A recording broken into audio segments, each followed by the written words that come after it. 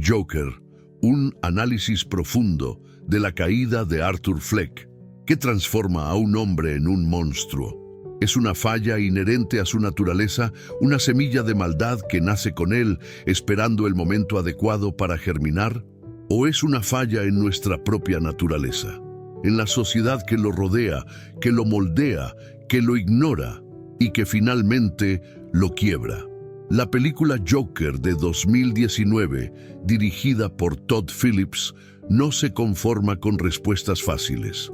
Se disfraza de película de superhéroes para contrabandear una de las críticas sociales más incómodas y viscerales del cine reciente, forzándonos a enfrentar un espejo que preferiríamos que permaneciera roto.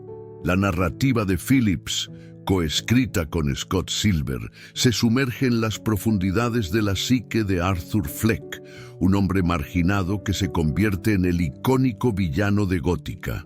Esta obra cinematográfica trasciende las convenciones del género para convertirse en un estudio de caso devastador sobre el fracaso sistémico. No es casualidad que Phillips haya elegido la figura del Joker, tradicionalmente el epítome del mal caótico, para explorar temas tan complejos como la salud mental, la desigualdad económica y la erosión del tejido social. La película funciona como una autopsia social, diseccionando cuidadosamente los mecanismos que convierten la vulnerabilidad en violencia. La película no solo explora el origen de un antagonista, sino que también sirve como un comentario mordaz sobre la salud mental, la desigualdad social y el fracaso de las instituciones que deberían proteger a los más vulnerables. Es una obra que resuena con la angustia contemporánea, provocando debates sobre la responsabilidad individual y colectiva en la formación de un individuo. Phillips construye un mundo donde la compasión es escasa, donde los sistemas de apoyo son inexistentes y donde la diferencia es castigada con crueldad sistemática.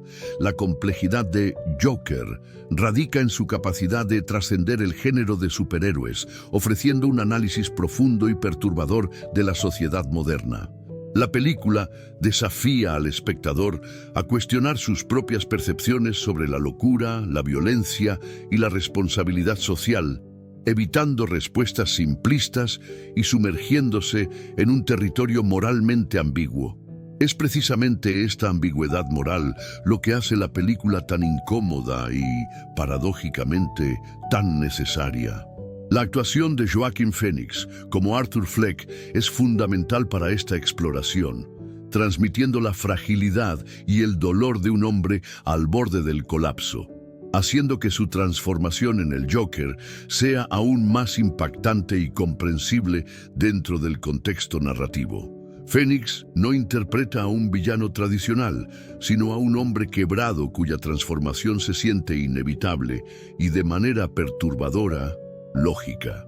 En este análisis vamos a desentrañar la caída de Arthur Fleck, no como una línea recta, sino como una espiral descendente, una inmersión gradual e inexorable en la oscuridad.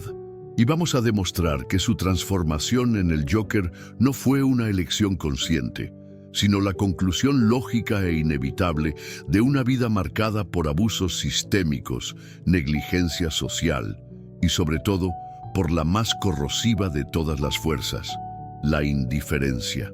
Analizaremos cómo cada evento en su vida, desde las microagresiones diarias y los desprecios cotidianos hasta las grandes traiciones institucionales y el abandono por parte de aquellos que debían protegerlo, pavimentó el camino hacia su metamorfosis. La película nos obliga a confrontar la incómoda verdad de que la sociedad, en su ceguera y egoísmo, puede ser la verdadera arquitecta de sus propios monstruos.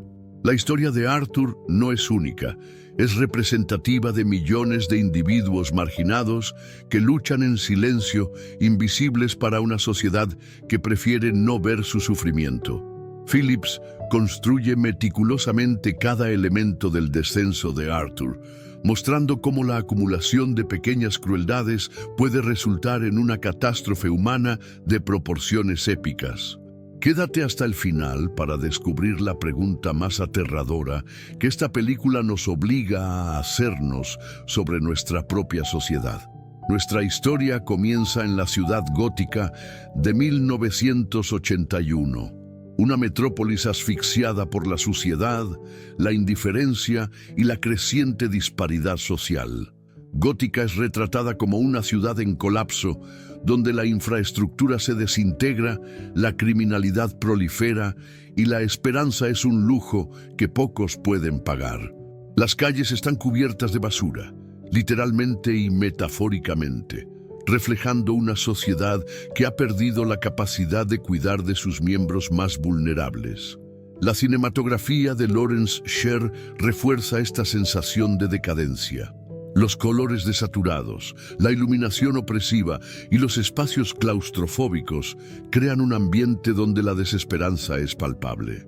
Gótica no es solo el escenario, es un personaje activo en la destrucción de Arthur, un ecosistema tóxico que nutre la violencia y castiga la vulnerabilidad. Es en este escenario de desesperación y negligencia que somos presentados a Arthur Fleck, un payaso de alquiler que intenta sobrevivir en medio del caos y la hostilidad generalizada. La ironía es devastadora. Un hombre cuyo trabajo es traer alegría a otros es incapaz de encontrar felicidad para sí mismo. Su profesión se convierte en una metáfora cruel de su existencia, siempre actuando, siempre fingiendo, siempre ocultando su dolor detrás de una sonrisa pintada. La escena de apertura es brutal y emblemática. Arthur es agredido por un grupo de jóvenes en la calle, un acto de violencia gratuita que sirve como un microcosmos de la crueldad que él enfrenta diariamente. Este ataque no es solo físico, es simbólico de cómo la sociedad trata a quienes percibe como diferentes o débiles. La cartera que destrozan, el cartel que roban, son representaciones tangibles de cómo sus esperanzas y sueños son sistemáticamente destruidos. Su jefe, en lugar de demostrar empatía, lo culpa por el incidente, reforzando la idea de que Arthur es el único responsable de su propia miseria. Esta respuesta ilustra perfectamente la mentalidad que culpa a las víctimas, un mecanismo psicológico que permite a la sociedad evitar confrontar su propia complicidad en el sufrimiento ajeno. El jefe representa la cara de un capitalismo deshumanizado que ve a los trabajadores como recursos desechables. Su risa, un síntoma de su condición neurológica, el efecto pseudovulvar, es constantemente mal interpretada y ridiculizada, transformando una señal de su dolor y malestar en una fuente de escarnio y aislamiento. Esta condición se convierte en una metáfora poderosa de cómo la sociedad malinterpreta las señales de angustia, transformando los gritos de auxilio en motivos de burla. La risa de Arthur es involuntaria, un síntoma médico, pero para quienes lo rodean es una fuente de incomodidad e irritación. Este es el primero de muchos ladrillos en el muro de su aislamiento, una representación vívida de cómo la sociedad falla en reconocer y apoyar a aquellos que son diferentes o vulnerables. Cada malentendido, cada mirada de disgusto, cada comentario cruel se acumula, creando una barrera invisible pero impenetrable entre Arthur y el mundo que lo rodea. El sistema que debería protegerlo es el primero en darle la espalda. El recorte de fondos para su terapia y medicación es un abandono institucional que lo deja a la deriva, sin el soporte psicológico esencial para lidiar con sus condiciones complejas y debilitantes. Este momento representa la traición más profunda. Las instituciones creadas para ayudar a los más necesitados los abandonan cuando más los necesitan. La asistente social, Una figura fría y burocrática personifica la cara de un sistema que no escucha, que no ve el dolor individual y que reduce la complejidad del dolor humano a meros formularios y protocolos despersonalizados. Su frase "no escuchan, no les importa" es una acusación devastadora contra un sistema que ha perdido su humanidad en nombre de la eficiencia administrativa. La falta de recursos y la indiferencia burocrática lo empujan aún más al borde del abismo. Sin medicación, sin terapia, sin apoyo institucional, Arthur queda completamente desamparado en un mundo que ya era hostil. Es como si la sociedad hubiera decidido conscientemente acelerar su descenso hacia la locura. En un acto de falsa camaradería, un colega de trabajo le entrega un arma, un símbolo de poder en un mundo que hasta entonces solo le ha mostrado debilidad e impotencia. Este gesto, aparentemente benévolo, se convierte en el catalizador final. El arma representa la única forma de poder que Arthur puede comprender en su estado deteriorado, el poder de destruir. En el metro, Arthur es atacado nuevamente, esta vez por 3 ejecutivos de Wall Street. Estos hombres representan todo lo que Arthur no es: exitosos, confiados, privilegiados. Su agresión hacia él no es solo física, es clasista. Es la manifestación violenta de una sociedad estratificada que castiga a quienes no logran ascender socialmente. Este incidente marca un cambio fundamental. El primer disparo puede interpretarse como autodefensa, pero los subsiguientes se convierten en un acto de catarsis, una explosión de la rabia acumulada durante toda una vida de humillaciones y desprecios. Es la primera vez que Arthur siente el poder, la capacidad de tomar represalias contra aquellos que lo oprimen. El arma le otorga lo que la sociedad le había negado: agencia, control, la capacidad de hacer que otros lo tomen en serio. La escena en el baño después de los asesinatos es un momento de transformación visceral, una danza, un ritual casi tribal, el nacimiento de una nueva conciencia. Esta danza no es celebración del mal, es la liberación de años de represión. Por primera vez en su vida, Arthur se siente poderoso, se siente vivo.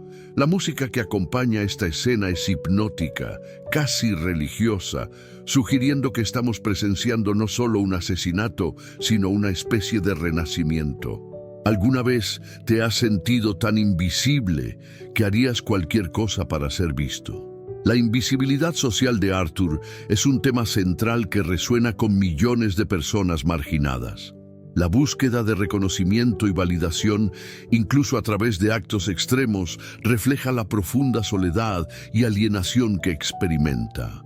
La pregunta que queda es: ¿hasta qué punto la sociedad es responsable de crear sus propios monstruos al descuidar y marginar a quienes más necesitan ayuda? Después de los asesinatos en el metro, la vida de Arthur se acelera hacia el abismo con una velocidad vertiginosa. Paradójicamente, el asesino anónimo, apodado el payaso vigilante, se convierte en un héroe popular para las masas oprimidas de Gótica. Esta inversión de valores es fundamental para entender el mensaje de la película. En una sociedad profundamente enferma, la violencia puede percibirse como la única forma de justicia disponible. Las protestas que surgen en Gótica no son solo manifestaciones de apoyo al asesino del metro, son expresiones de una ira social acumulada durante décadas de desigualdad e injusticia. Los manifestantes adoptan las máscaras de payaso no porque aprueben la violencia, sino porque ven en esa figura anónima un símbolo de resistencia contra un sistema que los oprime. Mientras tanto, Arthur busca desesperadamente la validación que nunca tuvo en su ídolo, el presentador Murray Franklin. Su fantasía de ser abrazado por Murray no es solo un deseo de reconocimiento profesional, sino una manifestación de su necesidad profunda de amor paternal y aceptación. Murray representa la figura paterna ideal que Arthur nunca tuvo. el hombre que podría validar su existencia y darle el reconocimiento que tanto anhela. Pero la realidad es cruel e implacable. Thomas Wayne, el supuesto padre biológico de Arthur según los delirios de su madre, lo rechaza públicamente con un desprecio que va más allá de la simple negación de paternidad. Wayne no solo niega ser su padre, lo trata como basura humana, reforzando todos los mensajes negativos que Arthur ha recibido durante toda su vida. Luego descubre el abuso físico y psicológico que sufrió en la infancia a manos de su propia madre y el novio de ésta, desmantelando por completo su percepción de su propia historia. Los expedientes médicos revelan una realidad devastadora. Su madre no era la víctima inocente que él creía, sino su cómplice en su destrucción. Esta revelación no solo destruye su imagen materna idealizada, sino que recontextualiza toda su existencia como una mentira construida sobre el dolor y la traición. Cada revelación lo empuja más hacia la ruptura definitiva con la realidad consensual. Su mente, ya frágil por la falta de medicación y apoyo, comienza a crear narrativas alternativas para lidiar con verdades intolerables. Y entonces llega el golpe más duro y devastador. Su relación con Sophie Dumont, la vecina que parecía ser su único refugio emocional, era completamente una fantasía creada por su mente desesperada. Esta desilusión final aniquila su último refugio emocional, destruyendo su última conexión con algo parecido a la normalidad y el amor. Es en este momento de absoluta devastación que Arthur finalmente abraza su nueva identidad, el Joker. No es una elección consciente tanto como una rendición inevitable ante fuerzas que siempre estuvieron fuera de su control. Los medios, que antes lo ignoraban completamente, ahora se convierten en sus verdugos públicos. Murray Franklin, la figura paterna idealizada que representaba todo lo que Arthur aspiraba a ser, lo humilla públicamente en televisión nacional, exhibiendo un video de su fracaso humillante en el stand-up comedy. Esta traición es particularmente cruel porque viene de alguien en quien Arthur depositó su confianza y admiración absolutas. Es Murray quien le confiere el apodo que lo definirá para siempre, Joker. En un acto de crueldad casual, Murray transforma el dolor de Arthur en entretenimiento para las masas, sin comprender que está creando exactamente el monstruo que la sociedad merece. El maquillaje de payaso se convierte en su armadura psicológica, un símbolo de liberación de las expectativas sociales y las normas que siempre lo confinaron. Ya no tiene que fingir ser normal, ya no tiene que pretender que encaja en un mundo que siempre lo rechazó. La pintura facial es su declaración de independencia de la humanidad convencional. La danza, antes expresión desesperada de su dolor, ahora es celebración de su liberación. La icónica escena de las escaleras muestra a Arthur descendiendo, ya completamente transformado en Joker. Estas escaleras, que antes eran símbolo de su lucha diaria para subir en un mundo que constantemente lo empujaba hacia abajo, ahora son escenario de su liberación. Es un momento de triunfo perverso, una revelación al mundo de su nueva forma y su rechazo absoluto de las reglas sociales que lo destruyeron. Su aparición en el programa de Murray Franklin es el clímax narrativo y emocional de toda la película. Ya no es Arthur Fleck buscando desesperadamente aprobación y reconocimiento. Es el Joker en su plenitud, completamente formado y peligrosamente articulado. No está allí para entretener a la audiencia, sino para exponer su manifiesto personal, para revelar las heridas profundas de una sociedad que lo creó y luego lo abandonó a su suerte. Su confesión de los asesinatos en vivo no es una disculpa o muestra de arrepentimiento, sino un desafío directo a la hipocresía social. Su chiste final es un diagnóstico social devastadoramente preciso, que obtienes cuando cruzas a un enfermo mental solitario con una sociedad que lo abandona y lo trata como basura. Obtienes lo que te mereces. El disparo que silencia para siempre a Murray no es simplemente un asesinato, es un acto profundamente simbólico que representa la destrucción violenta del orden social existente. Es el marginado derrocando violentamente al opresor, un grito de liberación que inspira una revuelta masiva en las calles de Gótica. Arthur Fleck muere simbólicamente en ese escenario televisivo. El Joker nace completamente formado de sus cenizas. En las calles incendiadas y caóticas, Arthur finalmente encuentra su comunidad verdadera.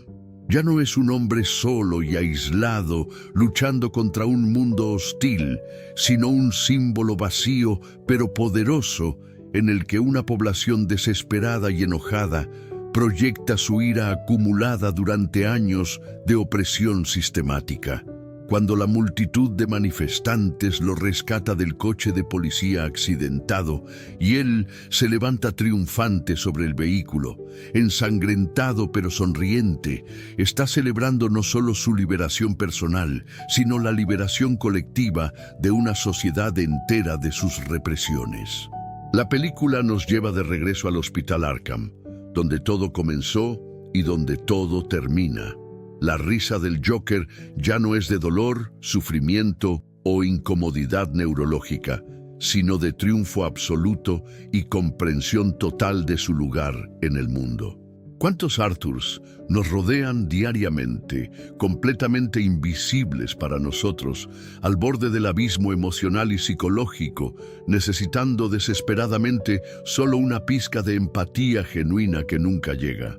La verdadera pregunta que Joker nos deja no es sobre un villano ficticio en una ciudad imaginaria, sino sobre la sociedad real que estamos construyendo activamente todos los días con nuestras acciones y, más importante aún, con nuestras omisiones. Es un espejo implacable que nos obliga a enfrentar nuestra indiferencia sistemática y nuestra complacencia moral ante el sufrimiento ajeno. La historia de Arthur Fleck funciona como una advertencia profética.